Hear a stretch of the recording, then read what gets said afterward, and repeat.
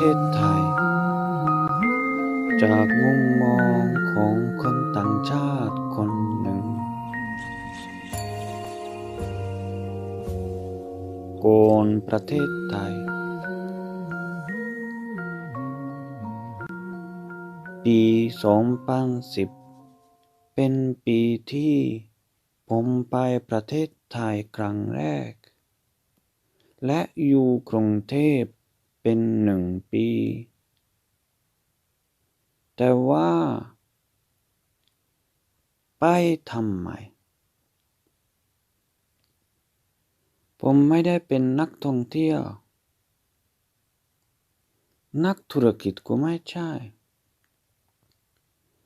ไม่ได้ไปเพื่อทำงานแต่ถ้านักท่องเที่ยวก็ไม่ใช่นักธุรกิจก็ไม่ใช่ก็ไปทำไมบอกความจริงตรงๆว่าก่อน2010ผมสนใจประเทศอินเดียวัฒนธรรมอินเดียโยคะสติปัญญาเป็นต้นและเพื่อจะได้สื่อสารกับคนอินเดียเรียนภาษาของเขาที่เรียกว่าภาษาฮินดีวันหนึ่งได้ทุนด้วยทุนแบบเรียนภาษาฮินดีในโรงเรียนที่อยู่ในประเทศอินเดียเป็น1 ปี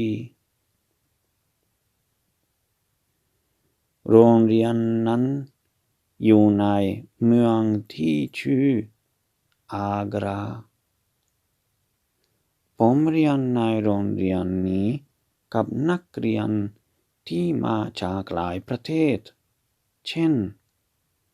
โรมาเนียอิตาลีบัลแกเรียตุรกีเกาหลีญี่ปุ่นเวียดนามอินโดนีเซีย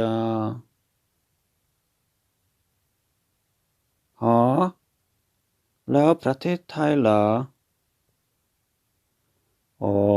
แน่นอนมีนักเรียนจากประเทศไทยด้วย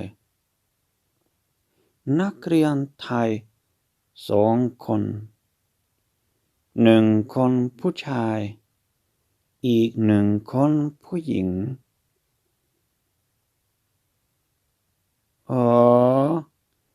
หรือว่าเรื่องนี้จะเป็นเรื่องผู้หญิงใช่หรือเปล่าบอกความจริงตรงๆว่าใช่ครับผู้หญิงคนนั้นในหนังสือเล่มนี้ผมจะเรียกว่าครูสาวในหนังสือเล่มนี้ครูสาวเป็นผู้สำคัญเพราะว่าถ้าเขาไม่อยู่ผมอาจจะไม่เคยไปประเทศไทยก็ได้แต่เราเจอกันแล้วและตัดสินใจที่จะลงอยู่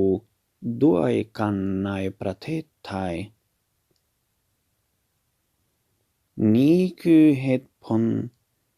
ที่ผมไปประเทศไทยในปี2010นะครับ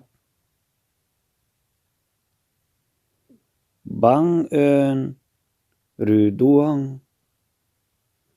โชคชะตาหรือถูกชะตาใครจะมีคำตอบแต่มันเกิดขึ้นแล้วลองดูว่าความบังเอิญหรือโชคชะตาพาเราไปที่ไหนครับ